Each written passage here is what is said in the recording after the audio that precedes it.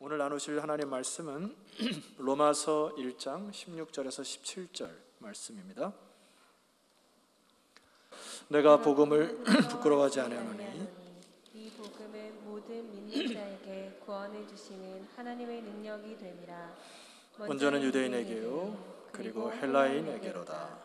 복음에는 하나님의 의가 나타나서 믿음으로 믿음에 이르게 하나니 기록된 바 오직 의인은 믿음으로 말미암아 살리라 함과 같으니라.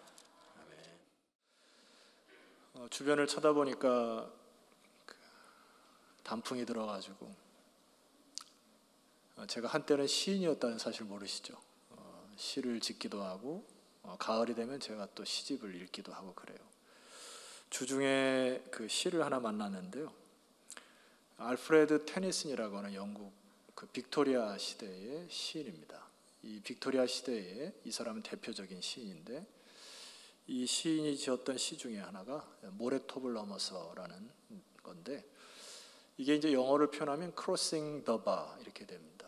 the bar라고 하는 거는 마지막 그 인생이 마치 항해를 하는 데 있어서 그 모래를 지나서 바다로 향하는, 그래서 crossing the bar라고 하는데 이게 이제 부제로 백조의 노래라는 부제가 붙어요. 왜 백조의 노래일까? 궁금한 마음으로 따라오시면 제가 시를 한번 읽어드리고 설명을 좀 드리겠습니다. 해는 지고 저녁별 반짝이는데 날 부르는 맑은 음성 들려오누나. 나 바다 향해 머나먼 길 떠날 적에는 속새의 신음소리 없기를 바라네. 움직여도 잠자는 듯 고요한 바다, 소리 거품 일기에는 너무 그득해. 끝없는 기품에서 솟아난 물결, 다시금 본향 찾아 돌아갈 적에 황혼에 들려오는 저녁 종소리, 그 뒤에 밀려오는 어두움이에요. 떠나가는 내 배의 닻을 올릴 때 이별의 슬픔일랑 없길 바라네. 시간과 공간의 한계를 넘어 파도는 나를 멀리 싣고 갈지나 나 주님 배우리, 직접 배우리, 하늘나라 그 항구에 다다랐을 때. 저도 처음에 시를 만날 때 여러분처럼 멍했습니다. 이게 뭔 시인지. 그런데 집에 가서 계속 여러분 한번 읊조려 보세요. 굉장히 아름다운 시예요. 왜 백조의 노래라 했을까? 백조는 일평생 살면서 울지를 않는답니다. 그런데 마지막 죽을 때 운대요. 근데 어떤 사람은 백조가 노래를 한답니다. 마지막 죽는 그 소리가 노랫소리로 들리기도 하고 어떤 사람은 울음소리로 들리기도 한다는 거예요. 여러분, 이 시인의 이 시가 울음소리로 들립니까? 노랫소리로 들립니까? 저는 노랫소리로 들려요. 왜냐하면 마지막 연에 보세요. 시간과 공간의 한계를 넘어 파도는 나를 멀리 싣고 갈지나 나 주님 배우리, 직접 배우리, 하늘나라 그 항구에 다다랐을 때. 이 시인은 자기의 마지막 죽음을 노래하고 있습니다. 그래서 이 시인이 그 시집의 마지막 시가 이 시고요. 이 시인이 죽었을 때 그의 아내가 장례식에서 이 시를 낭송했다고 그렇게 합니다. 그러니까 이 시인은 자기의 마지막 죽음 속에서도 찬송과 노래를 하면서 죽음을 맞이하고 있음을 봅니다. 여러분, 우리는 코로나로 인해서 삶과 죽음에 대해서 많이 생각을 하게 돼요. 그리고 목회자로서 많은 죽음을 맞아들이기도 하고 여러 가지 많은 그 죽음의 의미를 생각하게 되는데 이런 생각을 해봅니다. 여러분, 인생을 살다 보면 굉장히 기복이 커요. 잘 살 때도 있고 못 살 때도 있고 슬플 때도 있고 웃을 때도 있고. 그러나 진정한 축복의 인생이 뭐냐? 마지막 죽을 때 원한과 통곡에 있어서 막 괴성을 지는 그 인생은 저주의 인생이죠. 그러나 수많은 굴곡이 있음에도 불구하고 내가 돌아갈 본향이 있고 하나님 품에 안긴다고 생각하니 수많은 삶을 뒤로하고 내가 죽을 때 찬송하며 기쁨 속에 가는 인생, 그것이 축복의 인생이죠. 여러분의 인생의 파노라마가 다 지나갈 것입니다. 그러나 이 축복된 인생을 위하여 우리는 사는 거죠. 하나님 앞에 당도할 때까지, 그리고 이 세상을 살아가는 것이죠. 사도 바울이라는 인생도 사실 인생을 살아갈 때 세상에 부귀영화를 줬다가 사는 거예요. 그런데 그의 주변에 있는 많은 사람을 보니까 죽을 때 통곡 속에 원망과 불평 속에 죽음을 살아. 왜 저럴까? 주님을 만난 이후에 그의 삶은 완전히 바뀌죠. 자기의 마음속에서도 이 세상의 고난도, 이 세상의 어떤 유익도 그렇게 자기에게 영향력을 못 미칩니다. 그러나 내가 죽을 때 이 복음 안에서 기쁘게 죽을 수 있다는 확신으로, 예수 그리스도 안에 있는 참된 기쁨으로 이제 그의 인생에 이 복음을 전하기 위하여 사명을 다하죠. 그래서 전도여행을 떠나고 10년 정도 될 즈음에 고린도라는 도시에 복음을 전할 즈음에 로마에서 들려오는 소식을 듣게 됩니다. 평소에 사도 바울이 로마에 대해서 굉장히 관심이 많았거든요. 왜냐하면 그 관심이 많으니까 소식에 귀를 기울이는 거 아니에요? 왜 로마에 관심을 많이 가졌을까? 이 사도 바울은 그의 전도 여행의 끝을 성경에 보면 서바나라고 되어 있는데 오늘날로 하면 스페인입니다. 그 스페인의 마지막 자기 인생의 모든 것을 다 쏟아붓겠다 하고 생각을 하고 거기로 가기까지의 교두보로 로마를 생각한 거예요. 그것이 성경에 기록되어 있습니다. 자, 로마서 1장 14절 말씀 보세요. 헬라인이나 야만인이나 지혜 있는 자나 어리석은 자에게 다 내가 빚진 자라, 이렇게 표현을 하고 15절에 이렇게 되어 있습니다. 그러므로 함께 읽어볼까요? 그러므로 할 수 있는 대로 로마에 있는 너희에게도 복음을 전하기를 원하노라 하고 늘 로마에 관심이 있었고, 로마에 도착하여 그들에게 복음을 뿌리고 거기서 힘을 얻고 함께 연합하여 저 스페인까지 복음을 전하려고 하는 사명자가 바로 사도 바울이었죠. 참 아름답죠. 인생의 목표와 방향이 있다는 것이. 그런데 로마의 교회에서 들리는 소식이 좋지가 않았어요. 그 안에 분열과 갈등이 심했다는 소식이 자꾸 들립니다. 그리고 좀 이따가 살펴보겠지만은 아굴라나 브리스가를 만나서 그에게 소식을 들으니까 로마 교회에 아주 이렇게 썩어 있는 부분들을 사도 바울이 듣게 됩니다. 여러분, 제가 2주 전에 설교 말씀을 드릴 때 여러분, 교회가 사실 건강하고 모이면 맨날 기쁘고 그러진 않죠. 왜냐하면 세상에 많은 어려움을 겪고 또 이 안에는 예수를 믿는 사람도 있고 믿으려고 하는 사람도 있고 여러 가지 많은 힘듦 속에서 교회를 모이게 되다 보니까 사실 많은 다양한 어려움과 갈등이 있을 수 있겠죠. 근데 이제 사도 바울이 그 로마 교회를 한 번도 다녀간 적도 없어요. 그런데 여러분, 어떻게 이 로마 교회의 문제점을 알았을까 말이에요.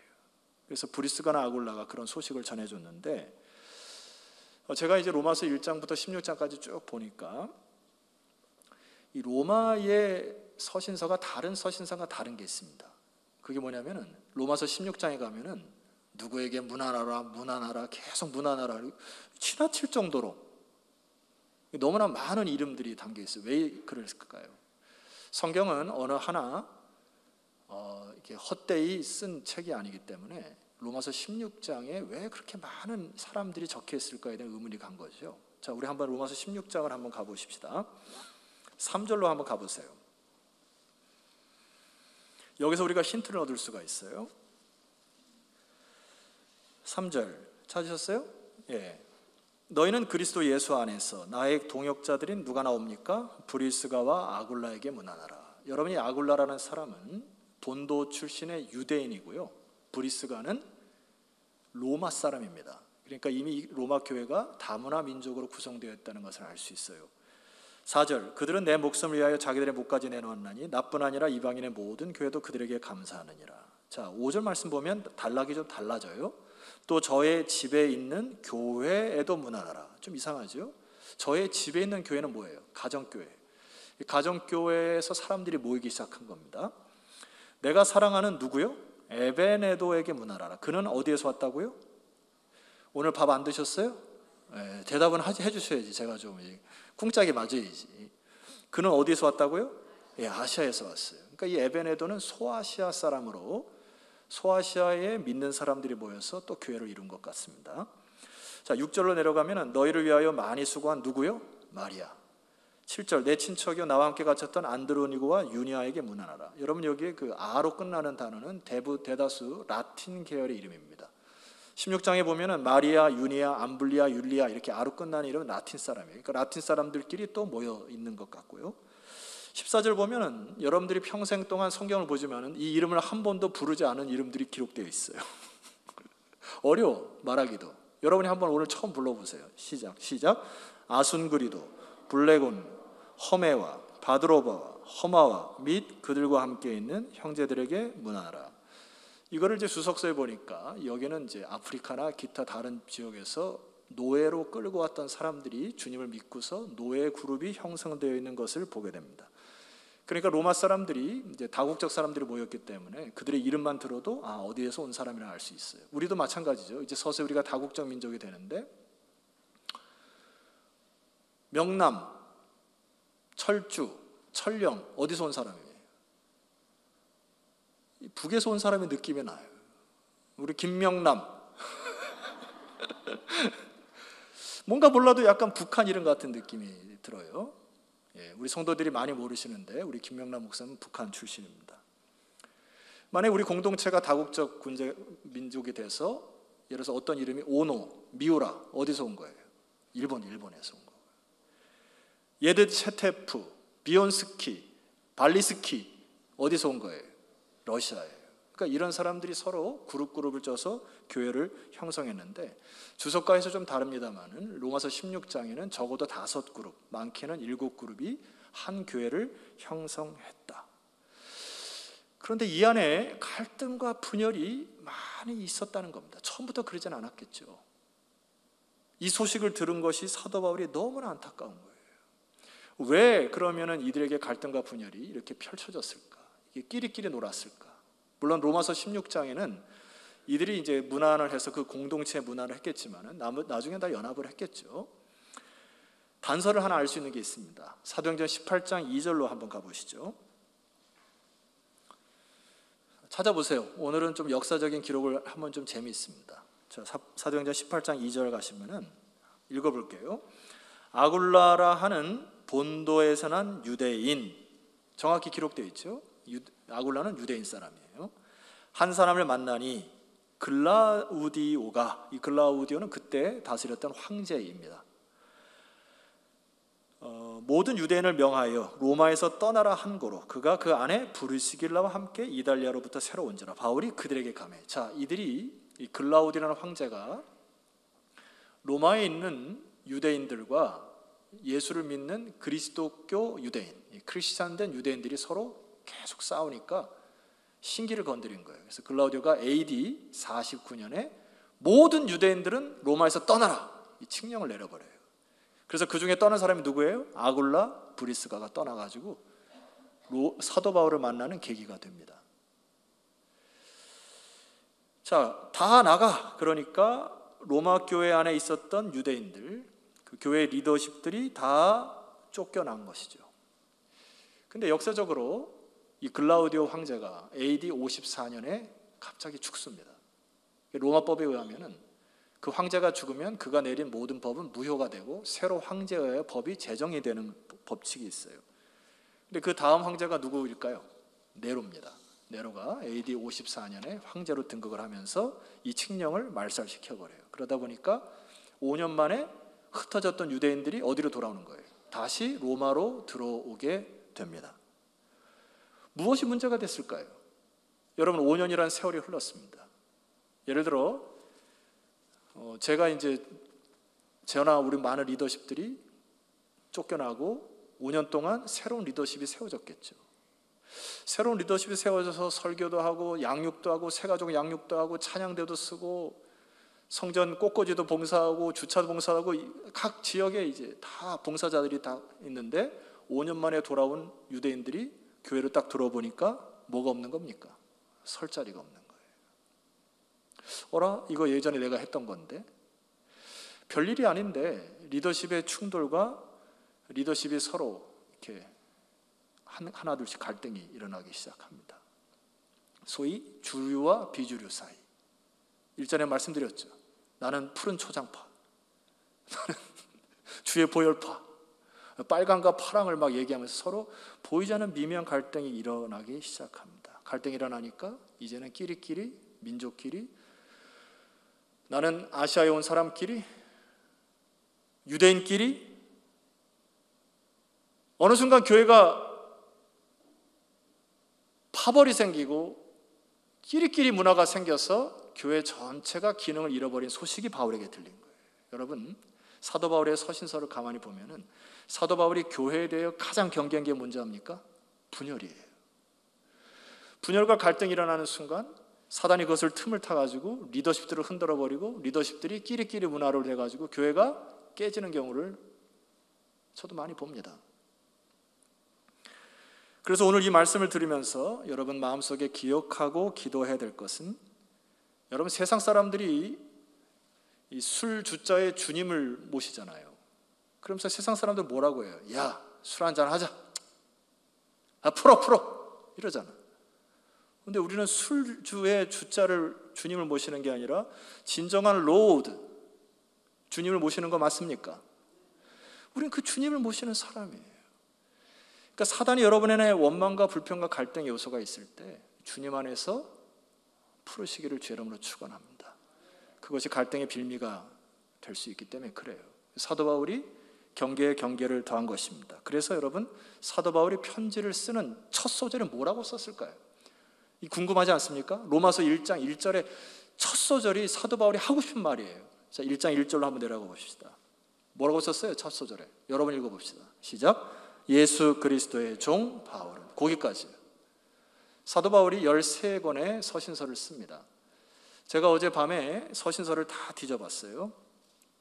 처음 인사를 할 때 사도 바울이 보통 인사를 하나님의 부르심을 받은 나 사도 바울은 이렇게 시작하는 것이 거의 대다수입니다. 그런데 딱 3군데 성경은 나는 예수 그리스도의 종이라고 표현해요. 그것이 로마서와 디도서, 빌립보서입니다. 왜 예수 그리스도의 종이라고 자기를 표현했을까요? 교회 안에 수많은 문제와 갈등의 원인이 자꾸 자기가 상전이 되려고 하는 겁니다. 자기가 높아지려고 하는 거예요. 내가 이런 사람이라고 하는 겁니다. 내 경험이 이런데 수많은 갈등이 거기에서 일어나요. 그래서 사도 바울 우리에게 뭐라고 얘기하는 겁니까? 예수 그리스도의 종 바울은. 우리 주님은 한 분이시고 우리는 다 종과 같이 서로 섬겨야만 교회가 교회된다. 여러분, 이 섬김으로 사시기를 주의 이름으로 축원합니다. 그래야 많은 문제가 해결돼요.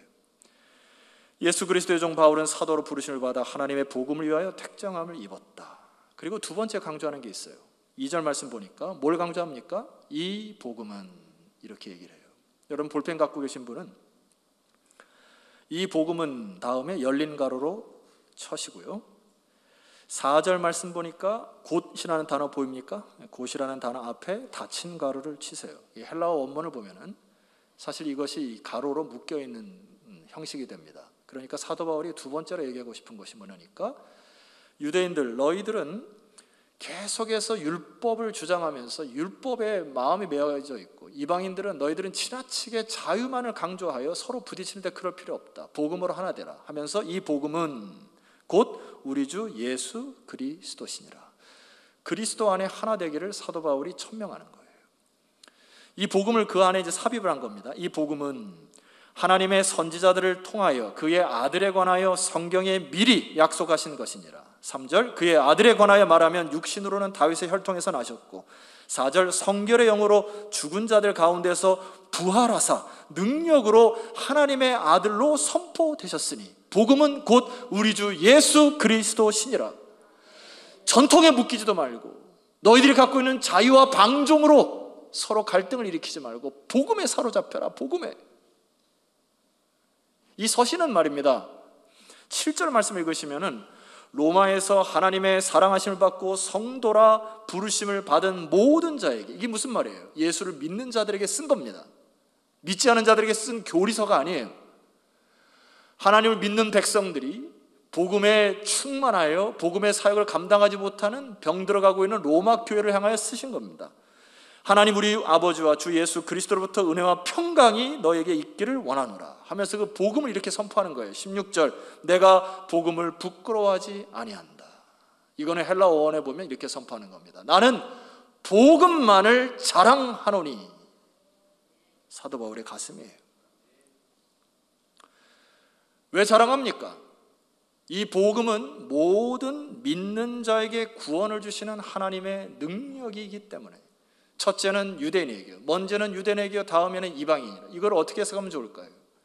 너희들이 그렇게 잘난 척하는 유대인들, 너희들에게도 하나님의 구원의 능력이 필요하고, 너희 이방인들에게도 하나님의 능력이 필요하고, 먼저는 상전에게, 먼저는 종들에게, 먼저는 남자에게, 먼저는 여자에게, 먼저는 출신이 높은 사람에게, 출신이 낮은 사람에게, 먼저는 학력이 높은 사람에게, 학력이 낮은 사람에게, 그것이 하등 상관이 없고, 복음은 우리 주 예수 그리스도 안에서 모든 자들이 하나이니라, 하나됨을 선포한 겁니다.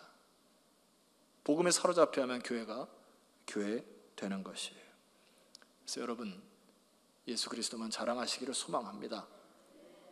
내 마음이 복음으로 꽉 차셔야 돼요.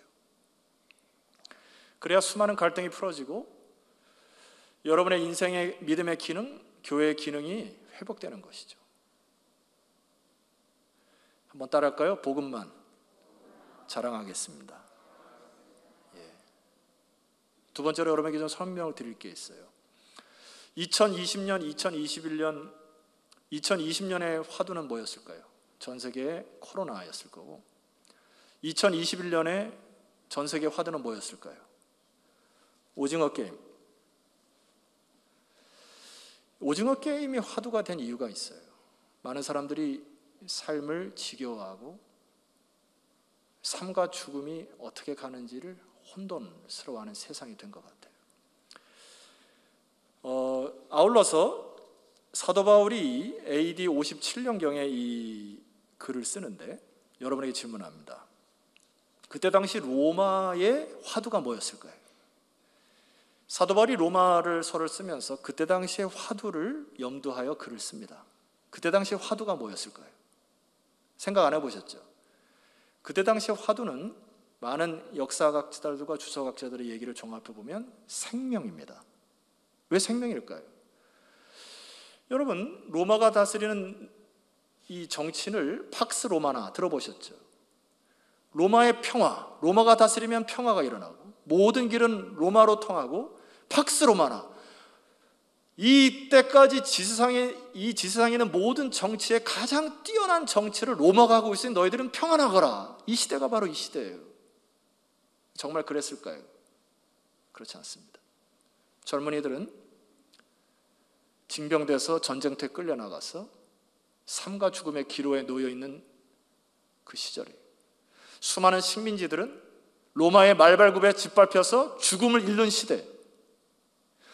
겉으로는 화려한 원로원 정치를 통하여 금빛 찬란한 옷을 입고 다니지만은 속으로는 다 썩어 문드러지고 도덕이 부패하고 정치에 거짓과 권모와 술수가 만연한 시대. 겉으로는 평화라고 하지만 속은 문드러지는 시대. 젊은이들 할 것 없이 다 생명이 위협되는 시대. 황제 앞에서는 평안하다 하지만은 뒤돌아서면은 이 나라 때문에 못 살겠다는 시대가 로마의 시대입니다. 그래서 화두가 생명이에요. 과연 내 생명이 어떻게 될 것인가? 나의 인생은 어떻게 될 것인가? 나는 젊은이로서 군대에 끌려가지 않을 것인가? 그렇게 전전긍긍했던 시대. 여러분, 우리가 신앙생활하면서 참 조심해야 될 것인데, 우리 교회가 이제 50주년을 이제 뒤로 하고 새로운 50주년의 역사를 쓰면서 교육관 건축과 이제 여러 가지 건축의 일들을 앞두고 있어요. 조심해야 될 것은 겉으로 지어진 이 건축이 다가 되면 안 됩니다. 겉으로만 화려하거나 겉으로만 잘 세워진 교회가 되어서는 안 돼요. 교회는 속 안에 서로 사랑과 복음과 진리가 하나 되어 믿음의 공동체들의 이 생명력이 더 우선임을 믿습니까? 그것에서 기도하셔야 돼요. 교육관 건축을, 교회 건축을 준비하는 건축위원회 리더십이나 중직자들이나 많은 리더십이 꼭 기억해야 될 것이 있어요. 출애굽기 25장 이후로 우리는 성막을 통하여서 계속 메시지를 받고 있습니다. 계속 뭐라고 얘기합니까? 이 모든 성막은 하나님의 영에 감동된 자들에 의하여 주의 일은 나의 생각이나 계획이나 기술로 하는 게 아닙니다. 이 모든 것을 하기에 앞서 하나님의 영에 감동된 자들에 의하여 교회가 지어질 때 이 내면에 하나님의 아름다운 교회가 지어질 줄 믿습니다. 그래서 이 기도가 먼저가 돼야 되는 거예요. 성도님들, 우리가 얼마를 모아놨다고 해서 건축이 되는 게 아니고 하나님께 서로 기도하고 연합하고 우리가 이 아직도 걸어보지 못한 세대를 어떻게 짊어지고 복음을 어떻게 뿌려내리고 소외되고 가난한 자들에게 어떻게 사랑으로 그들을 끌어안을까 함께 기도하여 하나님의 영의 감동됨이 우리 교회 안에 가득 넘치기를 주의 이름으로 축원합니다. 사도 바울이 그것을 쓰는 거예요. 그래서 로마서 1장에 보면은 너무나 교만하여 있는 이방인들이나 하나님 두기를 싫어했던 사람들에게 1장에 쓰여지고 2장은 유대인들에게 쓰여집니다. 한번 맛을 보십시다. 1장 18절 말씀 보세요. 하나님의 진노가 불의로 진리를 막는 사람들의 모든 경건하지 않음과 불의에 대하여 하늘로부터 나타나나니 28절로 내려가 보세요. 또한 그들이 마음에 뭘 두기를 싫어했습니까? 하나님 두기를 싫어하며 하나님께서 그들을 상실한 마음대로 내버려 두사 합당하지 못한 일을 하게 하셨어요. 그래서 29장 이하에 보면은 모든 불의, 추악, 탐욕 하면서 21가지 죄악을 나열합니다. 왜 나열할까요? 야 이방인들아, 하나님 믿지 않은 백성들아, 너희도 다 죄인이라는 거예요. 21가지에 걸리지 않은 죄가 없습니다. 2장으로 넘어가시면 유대인들에게 얘기를 합니다. 2장 1절로 넘어가 보세요. 남을 판단하는 사람아, 전통에 꽉 매여있는 사람들아, 율법에 지배당한 사람들아, 이런 뜻이에요. 누구를 막론하고 내가 핑계하지 못할 것은 남을 판단하는 것으로 너를 정죄함이니 판단하는 내가 같은 일을 행함이니라. 2절, 이런 일을 행하는 자에게는 하나님의 심판이 진리대로 되는 줄 우리가 아노라. 전통적인 율법에 확 매여가지고 자꾸 다른 사람들을 판단하고 비판하는 자들을 향하여 너희들도 죄인이라는 것입니다. 3장에는 뭐라고 얘기하는 겁니까? 로마서 3장 23절 다 외우시죠? 모든 사람이 죄를 범하였으며 해 아래 한 사람도 죄인이 아님이 없사오니 모든 사람이 죄를 범하였으며 하나님의 영광에 이르지 못한다. 라이프, 어떻게 살래? 그 상태로 죽을 때 찬송하고 기쁘면서 죽을 수 있니? 이 얘기예요, 사도 바울이. 그러니 복음으로 다시 들어오라는 겁니다. 17절 말씀 보세요. 복음에는 1장 17절 하나님의 의가 나타나서 믿음으로 믿음에 이르게 하나니, 믿음의 완전을 이루는 것은 자기의 의, 사람의 의가 아니라는 것이에요. 하나님의 의를 깨달은 자만이, 하나님의 의를 믿는 자만이 온전한 믿음에 이른다. 할렐루야. 그리함으로 오직 의는 믿음으로 말미암아 사는 겁니다. 그래야 마지막 죽을 때 죽음 앞에서 쫄지 않은 사람이 되는 거예요. 의는 돈으로 사는 것이니라. 안 맞죠? 오직 의는 세상의 명예로 살아가는 것이니라. 안 맞죠? 세상에 아무것 다 대표해 보세요. 살 수 있는 게 하나도 없어요, 세상 것은. 사도 바울이 복음을 그렇게 강조하는 겁니다. 오직 의인은 믿음으로 말미암아 사는 것이다. 여러분, 제가 2주 전에 속량이라는 단어를 여러 개 말씀을 드렸습니다.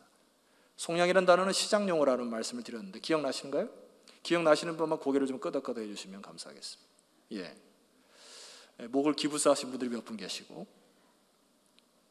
속량이라는 단어를 기독교 용어로 가져오게 되면 이런 것입니다. 노예들이 서 있어요. 그 사람은 노예 신분이고 노예 자리고 죄의 신분이고 죄인입니다. 이전에 말씀드렸듯이 주께서 속량하셔서 주님이 뭐라고 하는 거예요? 값을 지불했으니 그 자리에서 나와서 이 자리로 이동해라. 그 자리는 내가 쓰고 내가 감당한다. 이 자리로 옮긴 이 사람을 예수 그리스도께서 의의 옷을 입혀주시고 이제는 네 자리가 저 노예의 자리가 아니라 이제 하나님의 자녀의 자리로 이동하였다. 이게 속량이에요. 주중에 한 주일학교 아이가 저에게 또 전화를 했어요. 요즘에 그 아이 전화 받는 게 재밌습니다. 목자님, 계속해서 죄를 지면은 용서함 받아요? 이게 첫 질문이에요. 그래, 그 용서함 받지. 그럼 목사님, 십자가 위에 도둑놈 있잖아요. 우리 강도라는 말을 모르는 것 같아요. 도둑놈도 용서함 받았다는데 어떻게 그럴 수 있어요? 두 번째 질문이에요. 계속해서 이 죄에 대한 질문을 저한테 해요. 한 10분 동안 통화를 했습니다. 마지막쯤에 제가 그 아이에게 이렇게 했어요. 얘야, 너 부모 몰래 죄 지은 거 있구나. 이때 엄마한테 얘기하면 용서해 주니? 용서해 준대. 왜 용서해 줄까? 사랑하니까 그렇대. 그래, 맞아. 우리 인간은 죄를 질 수밖에 없는데 부모님의 사랑 비교할 것 없이 하나님의 사랑이 너무나 크셔서 우리의 죄를 다 용서해 주시는 분이야. 네가 부모님이 너를 사랑해서 용서해 주니까 다음에 그 죄 질래 안 질래? 안 질래요 그러더라고. 우리가 자기의 의로 뭔가를 자꾸 세워가려고 하면 힘듭니다. 하나님의 의는 차별이 없이 여러분에게 믿음으로 믿음에 이르게 하는 하나님의 능력이 됨을 믿습니까? 그래서 우리는 그 하나님의 은혜 속에 자꾸 거하셔야 돼요.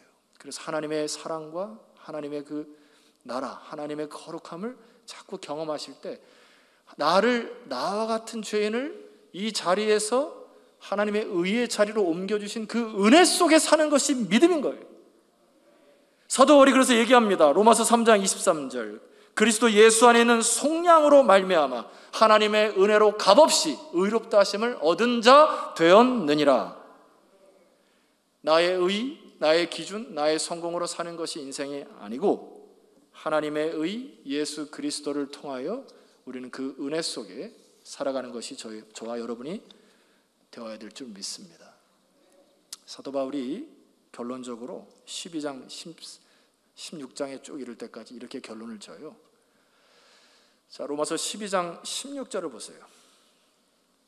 화면을 보시고 성경 있으면 찾아보세요. 이제 편지에 결론적으로 부탁하는 내용이 12장 이하로 쭉 나옵니다. 16절, 서로 마음을 뭐하여? 같이 하라고요. 교회가 분열되고 갈등돼서 깨지면 사단이 제일 좋아할 뿐만 아니라 세상을 치유할 방법이 없다는 것입니다. 그리하므로 너희는 서로 마음을 같이하여 높은 데 마음을 두지 말고 도리어 낮은 데 처하며 스스로 지혜 있는 자 하지 말고. 로마서 14장 17절, 하나님의 나라는 먹는 것과 마시는 것이 아니요 오직 성령 안에서 의와 평강과 희락이라. 이로써 그리스도를 섬기는 자는 하나님을 기쁘시게 하여 사람에게도 칭찬을 받느니라. 19절, 그러므로 선포합니다. 우리가 시작, 우리가 화평의 일과 서로 덕을 세우는 일을 힘써서, 교회입니다. 이게 한 구절 더 살펴보죠. 로마서 15장 6절, 한 마음과 한 입으로 하나님 곧 우리 주 예수 그리스도의 아버지께 영광을 돌리게 하려 하노라. 7절, 그러므로 그리스도께서 우리를 받아, 속량이죠. 아멘입니까? 하나님께 영광을 돌리신 것 같이 너희도 서로 받으시라고요. 원한이나 마음속에 꼬인 것들을 품으시라고요. 그리고 함께 교회를 세워가라는 이야기입니다. 여러분, 저는 개인적으로 로마서 16장에 있는 이 5그룹, 7그룹이 끝까지 분쟁하고 싸웠다고 보지 않아요. 저마다 독특한 색깔을 가지고 함께 모여서 교회를 이루고 아름다운 하모니로 하나님을 찬양했다고 저는 확신합니다. 글라우디오 황제 위에 누가 섰다고요? 네로 황제입니다. 네로 황제, 그 유명한 박해의 시작을 했던 사람이 네로 황제입니다. 이 박해를 앞두고서 이 공동체에 수많은 어려움과 고난이 있었지만은 이제 고난을 잘 극복하고 이 박해를 통과하여 정금과 같이 주 앞에 나오는 기 쓰여지는 로마 교회가 되었을 것이다. 저는 확신합니다. 하나님의 사람들에게는 이제 결론으로 내립니다. 여러분 잘 들으세요. 세상 사람들보다 더 많은 고난과 어려움이 옵니다. 여러분, 한 주간 동안 삶 쉽지 않았음을 제가 알아요. 억울한 일도 많고 참아야 될 것도 있고 절제될 것도 있고 속상한 일도 많아요. 정상이에요.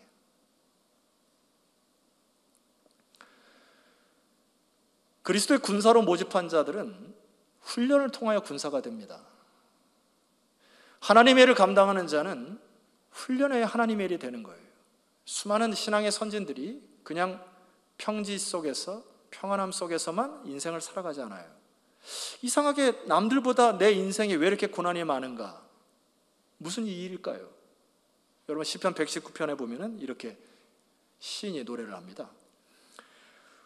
고난 당하기 전에는 내가 그릇 행하였더니 이제는 주의 말씀을 지키나이다. 고난이 없었을 때는 내가 이 끝에 이 길이 올바른 길인지 몰랐는데, 고난이 찾아오고 나서 자기를 돌아보고 하나님 앞에서 길을 보니까 이것이 주의 뜻이었구나. 시편 119편 71절, 이 고백이 여러분의 고백이 되었으면 좋겠어요. 이 고백은 마지막으로 저와 여러분이 함께 좀 큰 소리로 선포하면 좋겠습니다. 끝나고 아멘하는 것은 여러분이 택하세요. 시작. 고난당한 것이 내게 유익이라. 이로 인하여 내가 주의 율례를 배우게 되었나이다. 어떻게 고난당하는 것이 유익이라는 말을 할 수 있습니까? 이 시인도 고난의 터널을 지나갈 때는 잘 몰랐어요. 근데 고난을 잘 믿음으로 견디고 나니까 주의 율례를 알게 되었나이다. 즉 주의 뜻을 발견하고 다시 믿음의 길을 걷게 되었나이다. 이 시인의 마지막은 찬송했을 거예요. 죽을 때. 여러분 참 축복된 인생을 살다가 주 앞에 서시기를 소망합니다. 승부수는 마지막 죽음에 있어요. 믿음의 길을 걸어가다가 마지막 그날에 영광스러운 주님의 품에 안길 때 찬송하고 기쁨으로 여러분의 인생을 마감하는 축복의 인생, 여러분의 것이 되셨으면 좋겠고, 다시 오직 의인은 무엇으로 산다? 믿음으로 사는 겁니다. 오직 의인은 돈으로 산다. 안 맞아요. 안 맞아. 오직 의인은 명예로 산다. 안 맞는다니까. 오직 의인은 믿음으로 말미암아 살 때 이 모든 세상의 근심과 걱정을 이길 줄 믿습니다. 자리에서 일어납시다.